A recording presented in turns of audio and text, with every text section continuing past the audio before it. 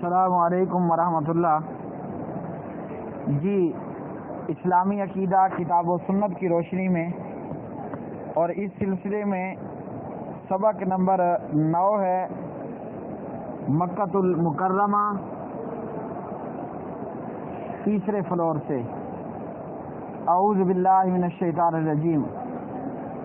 شرک اکبر کی قسمیں۔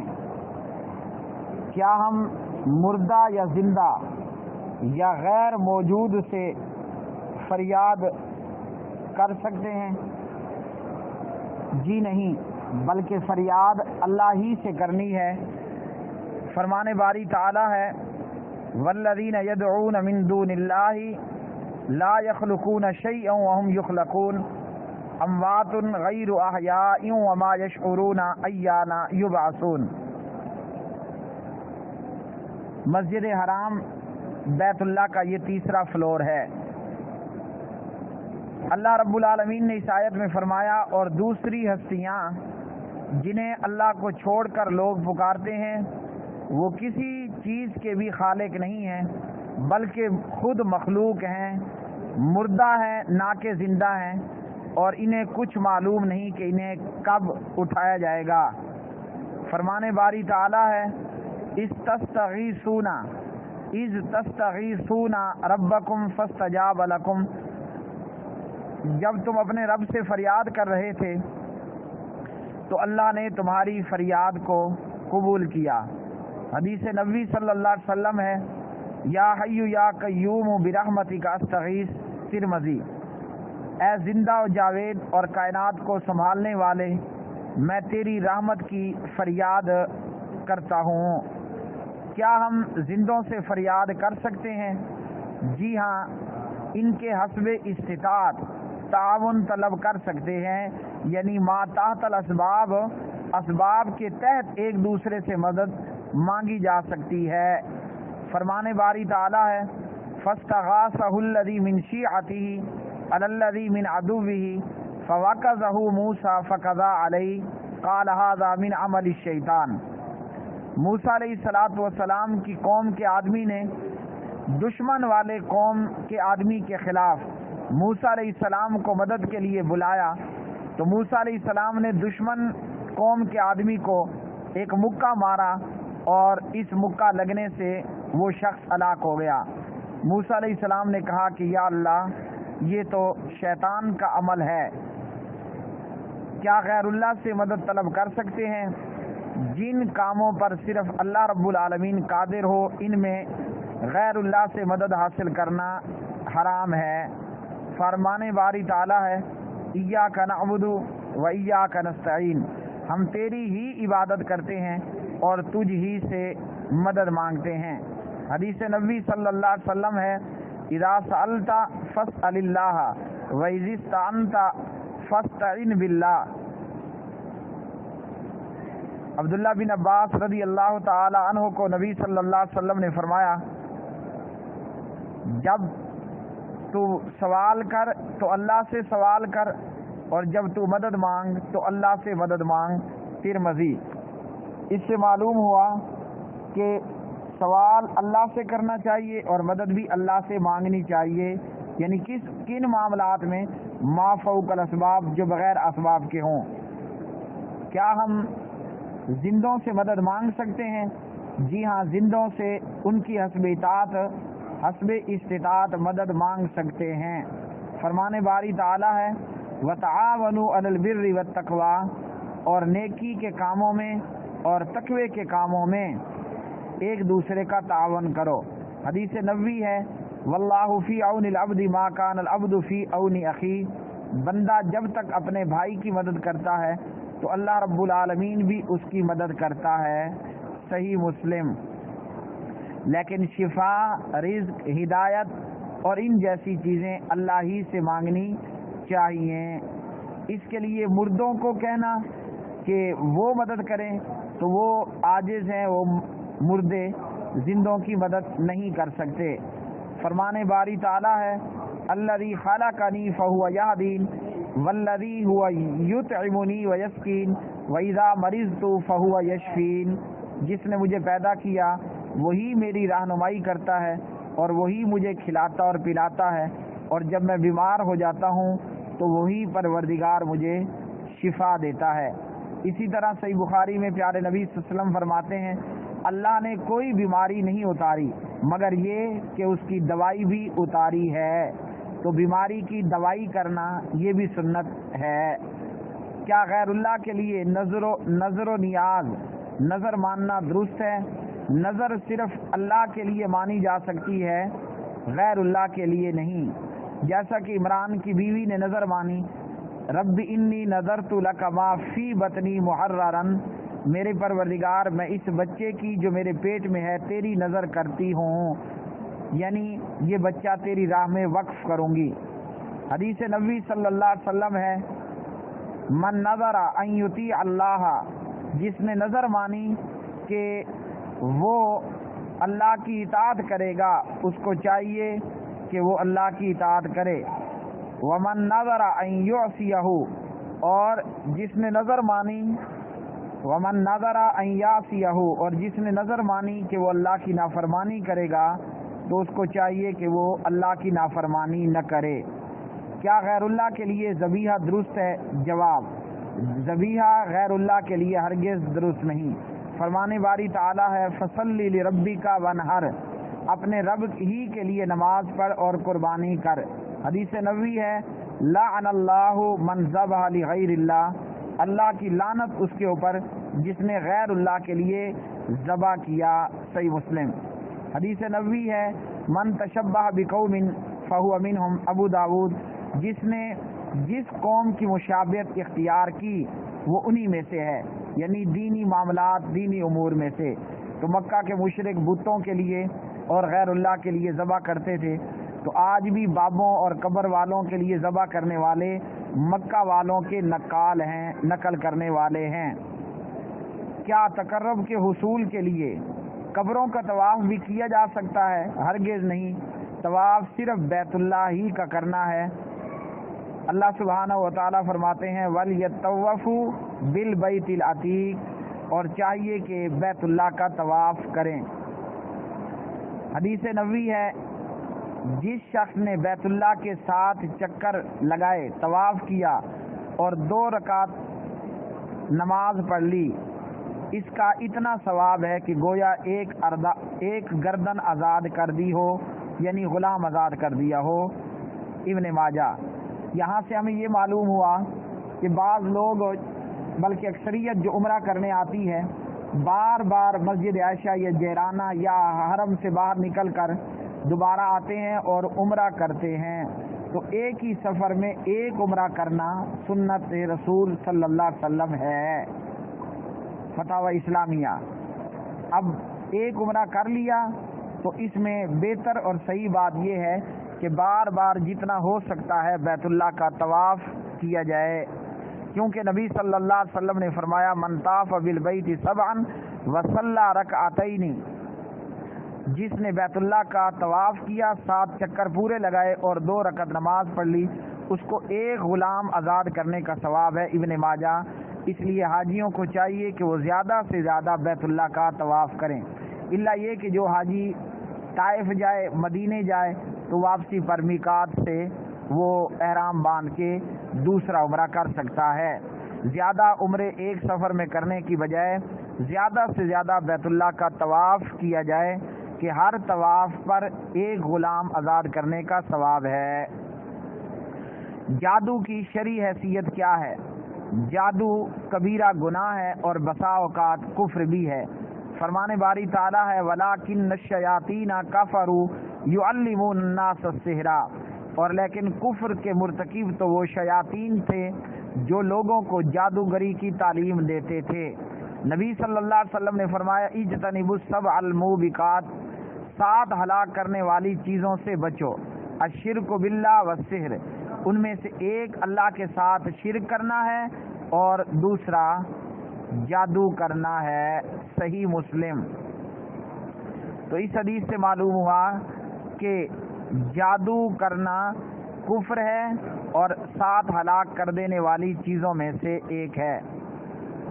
جادو کرنا بسا اوقات جادوگر مشرک یا کافر یا فسادی ہوتا ہے، اور اسی طرح جادوگر کی جو سزا ہے حد الساحری، اس کی سزا اس کی گردن کو کاٹ دینا ہے، جادوگر کی سزا کہ اس کی گردن کاٹ دی جائے، صحیح بخاری۔ تو یہ ہے جادوگر کی سزا، اور جادو کرنا کبیرہ گناہ ہے یا کفر ہے۔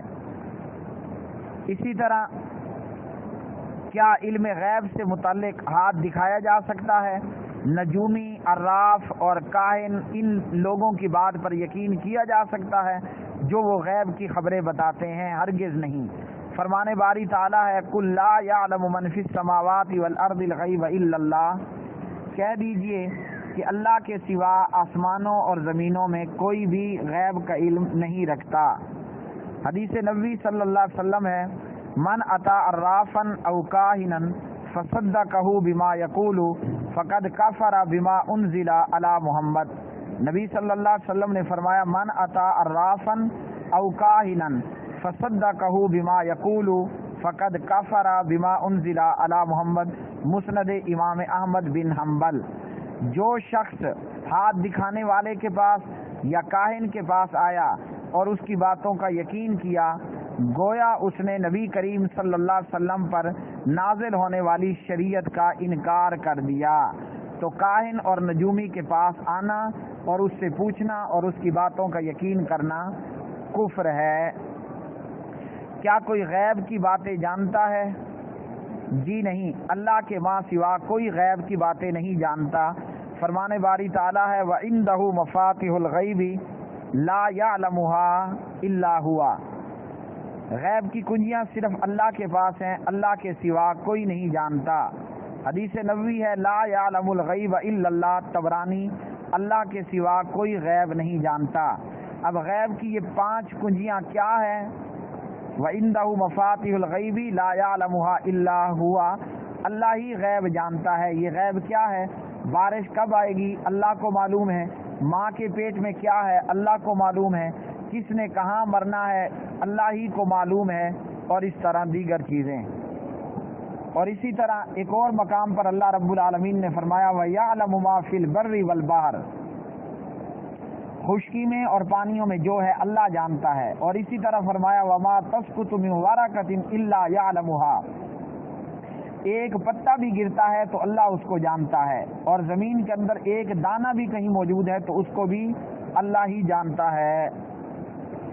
اسی طرح ماں کے پیٹ میں کیا ہے، بچی ہے، بچہ ہے، نیک ہے یا بدبخت ہے، کافر ہے، مشرک ہے، بے ایمان ہے، دیندار ہے، یہ اللہ جانتا ہے اور کوئی نہیں جانتا۔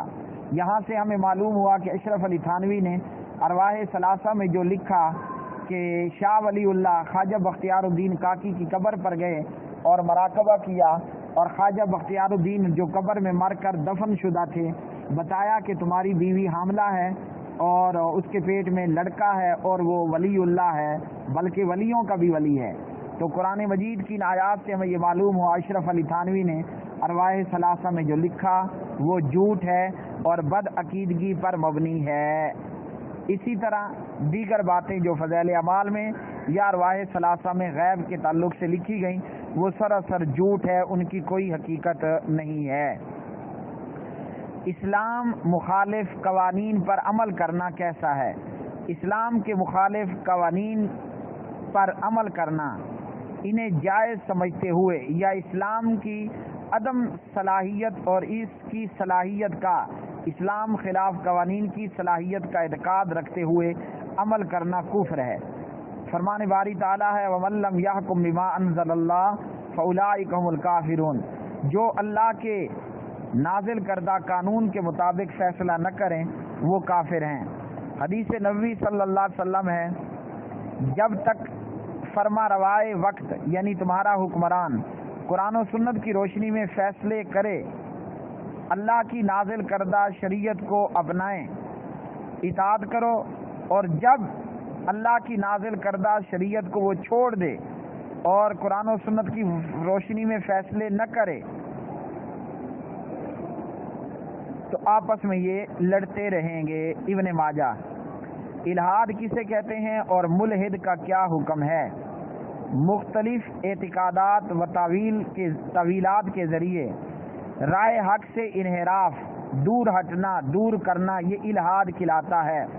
باطل تعویلات اور شکوک و شبہات کا اظہار کرتے ہوئے اللہ کے سیدھے راستے سے دور کرنا اور اللہ کے حکم کی مخالفت کرنے والا ملحد کہلاتا ہے۔ ہر وہ شخص ملحد ہے جو رب تعالیٰ کا انکار کرے یا دوسروں کو اس کے برابر معبود بنائے اور اس کی عبادت کرے، اسے پکارے، اس سے محبت کرے، اس کی تعظیم کرے، شریعت الہیہ کے مخالف اس کے قوانین اور اصول کو قبول کرے۔ اسی طرح جو آیات اور احادیث کی من مانی اور اپنی عقل کے مطابق تعویل کرے تو وہ اسماء و صفات یا آیات و احادیث میں الہاد کا مرتکب ہوا۔ فرمان باری تعالیٰ ہے وَلِلَّهِ الْأَسْمَاءُ الْحُسْنَى فَادْعُوهُ بِهَا وَذَرُوا الَّذِينَ يُلْحِدُونَ فِي أَسْمَائِهِ سَيُجْزَوْنَ مَا كَانُوا يَعْمَلُونَ۔ اللہ تعالیٰ اچھے ناموں کا مستحق ہے، اللہ ہی کے لیے اچھے نام ہیں، تو اللہ کو اس کے اچھے ناموں سے پکارو اور ان لوگوں کو چھوڑ دو جو اس کے نام رکھنے میں سیدھے راستے سے منحرف ہو جاتے ہیں، جو کچھ وہ کرتے ہیں اس کا بدلہ پا کر رہیں گے۔ حضرت قتادہ کا قول ہے کہ اسماء سے متعلق، اللہ کے اسماء سے متعلق شرک کا ارتکاب کرتے ہیں۔ ابن عباس رضی اللہ تعالی عنہ کے نزدیک الہاد کا معنی ہے جھٹلانا، کسی چیز کا انکار کرنا۔ فرمان باری تعالیٰ ہے ان الذین یلحدون فی آیاتنا لا یخفون علینا، جو لوگ ہماری آیتوں کو الٹے معنی پہناتے ہیں وہ ہم سے چھپے ہوئے نہیں ہیں۔ ابن عباس کا قول ہے کہ بات کو الٹ دینا الہاد ہے، یعنی بات تھی دراصل کچھ اور، اس کو بنا کچھ اور دیا۔ جس طرح بعض دیوبندی علماء نے قرآن مجید یا بریلویوں نے تو ویسے ہی کیے، قرآن مجید کی بعض آیات کا معنی مفہوم کچھ اور تھا، اسے بنا کچھ اور دیا۔ جیسے بریلوی کہتے ہیں فَبِذَلِكَ فَلْيَفْرَحُوا، کہ مومنوں کو اس پر خوش ہونا چاہیے۔ یہاں سے انہوں نے عید میلاد نکالنے کی غلط کوشش کی۔ اسی طرح دیگر آیات کے حوالے سے تو یہاں سے ہمیں یہ معلوم ہوا کہ الہاد کیا ہے، من مانی تفسیر اور معنی کرنا۔ یاد رکھیے اہل سنت کا یہ متفقاً علیہ اصول ہے کہ آیات اور احادیث کا وہ معنی اور وہ مفہوم جو ہے معتبر ہوگا جو صحابہ سلف نے ائمہ نے کیا۔ ابن عباس فرماتے ہیں الہاد کیا ہے، بات کو الٹ دینا۔ اور اسی طرح قتادہ کا قول ہے الہاد کفر اور دشمنی کو کہتے ہیں، ابن کثیر۔ اسی طرح جس شخص کا یہ عقیدہ رہا کہ شریعت اسلامیہ ایسے قطعی عمل یقین کا فائدہ نہیں دیتی جو عقل سے میل کھائے، وہ بھی ملحد ہوگا کہ وہ اپنی فاسد عقل کو دین اسلام کا ہمسر ٹھہراتا ہے۔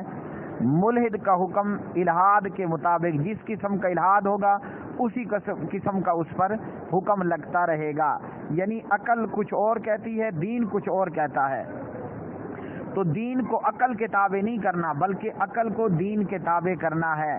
حضرت علی فرماتے ہیں رضی اللہ عنہ اگر دین عقل کے تابع ہوتا تو جرابوں یا موزوں کے اوپر مسے کی بجائے نیچے مسا کیا جاتا، اور اس طرح کی دیگر آیات موجود ہیں۔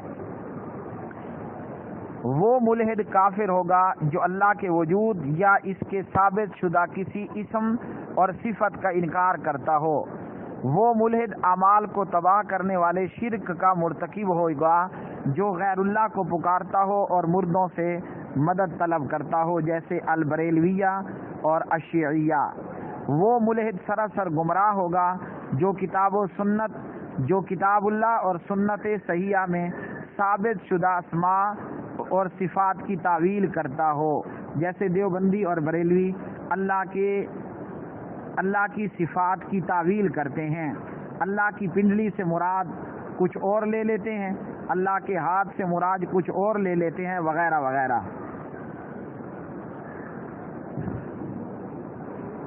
سوال: اللہ کو کس نے پیدا کیا؟ جواب: جب شیطان کسی کے دل میں اس بات کا وسوسہ پیدا کرے تو اسے اللہ سے پناہ مانگنی چاہیے۔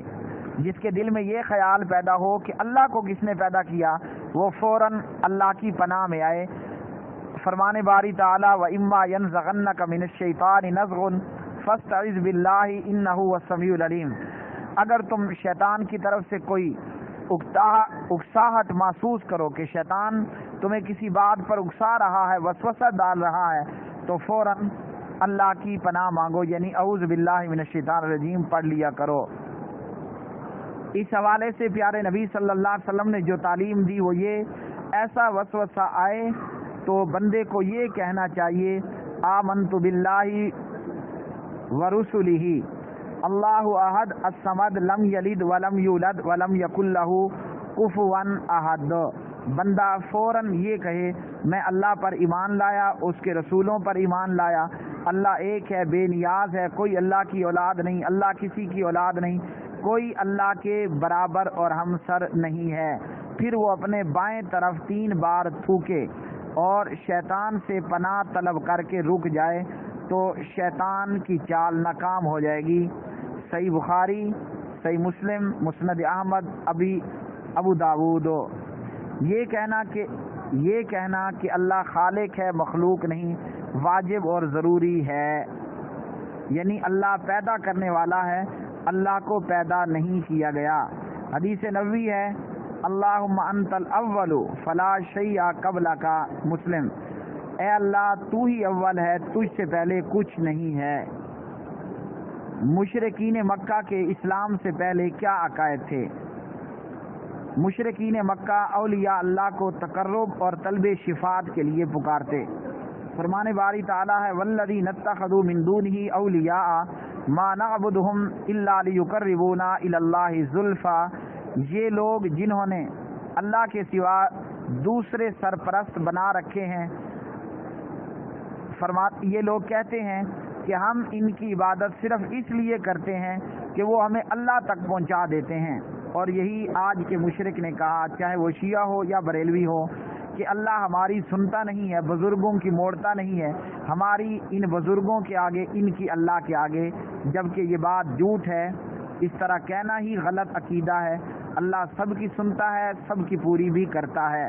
فرمان باری تعالیٰ: وَيَعْبُدُونَ مِن دُونِ اللَّهِ مَا لَا يَضُرُّهُمْ وَلَا يَنفَعُهُمْ وَيَقُولُونَ هَؤُلَاءِ شُفَعَاؤُنَا عِندَ اللَّهِ، یہ لوگ اللہ کے سوا ان کی پرستش کرتے ہیں جو نہ ان کو نقصان پہنچا سکتے ہیں نہ نفع، اور یہ کہتے ہیں کہ یہ اللہ کے یہاں ہمارے سفارشی ہیں۔ مشرکین کی طرح بعض مسلمان بھی ایسا ہی کرتے ہیں، یعنی مکہ کے مشرک جو کرتے تھے وہی آج کا کلمہ گو مشرک کر رہا ہے۔ بلکہ فرق یہاں پر یہ بھی ہے، مکہ کے مشرکین کی جب کشتیاں بھنور میں پھنس جاتی تو ایک اللہ اکیلے کو پکارتے، اور آج کا مشرک جب کشتی اس کی سمندر میں پھنستی ہے تو کیا کہتا ہے؟ بہاول حق بیڑا دھک۔ تو آج کا مشرک سابقہ مشرک سے بھی زیادہ بدترین ہے۔ سوال: خوف کسے کہتے ہیں اور اس کی اقسام کیا ہیں؟ جواب: بزدلی کا نام خوف ہے اور اس کی 2 قسمیں ہیں۔ پہلا خوف اعتقادی عقیدتاً اور دوسرا خوف فطری۔ اعتقادی خوف یہ ہے کہ مردوں سے ڈرنا، جو کہ شرک اکبر اور شیطان کا کام ہے۔ فرمان باری تعالیٰ ہے: انما ذالکم الشیطان یخوف اولیاءہ فلا تخافوہم وخافون ان کنتم مؤمنین۔ فرمایا اللہ رب العالمین نے، شیطان اپنے دوستوں سے تمہیں ڈرا رہا تھا، آئندہ تم شیاطین سے نہ ڈرنا بلکہ صرف مجھ ہی سے ڈرنا اگر تم مومن ہو۔ فرمان باری تعالیٰ ہے: الیس اللہ بکاف عبدہ ویخوفونک بالذین من دونہ، کیا اللہ اپنے بندوں کے لیے کافی نہیں ہے؟ یہ لوگ اللہ کے سوا دوسروں سے ڈراتے ہیں۔ فطری خوف یہ ہے کہ انسان کا ظالم یا وحشی جانور وغیرہ سے، سانپ، بچھو، دشمن سے ڈرنا، یہ شرک نہیں ہے۔ فرمان باری تعالیٰ ہے: فَأَوْجَسَ فِي نَفْسِهِ خِیفَةً مُوسیٰ، موسیٰ علیہ السلام اپنے دل میں ڈر گئے جب جادوگروں نے اپنی رسیاں پھینکی اور وہ سانپ بنے تو موسیٰ علیہ السلام ڈر گئے. سانپ سے ہر ایک ڈرتا ہے اور یہ فطری خوف ہے. اسی طرح فرمان باری تعالیٰ ہے وَلَهُمْ عَلَيَّ ذَنْبٌ فَأَخَافُ أَن يَقْتُلُونَ. موسیٰ علیہ السلام نے ایک بندہ قتل کیا تھا تو فرمایا مجھے ڈر ہے کہ وہ مجھے قتل نہ کر دیں کیونکہ میں نے ایک جرم کیا تھا, ایک گناہ کا ارتکاب کیا تھا. اسلامی عقیدہ کتاب و سنت کی روشنی میں مسجد حرام بیت اللہ سے سبق نمبر 9 مکمل ہوا. اللہ سبحانہ و تعالی سوچنے سمجھنے عمل کرنے اور دین کے پیغام کو قرآن و سنت کو آگے پھیلانے نشر کرنے کی توفیق عطا فرمائے. پاک پروردگار سے یہ دعا ہے کہ اللہ سبحانہ و تعالی بار بار اپنے گھر بیت اللہ کی زیارت عمرہ کرنے کی توفیق عطا فرمائے اور اللہ قبول فرمائے. وما علینا الا البلاغ المبین.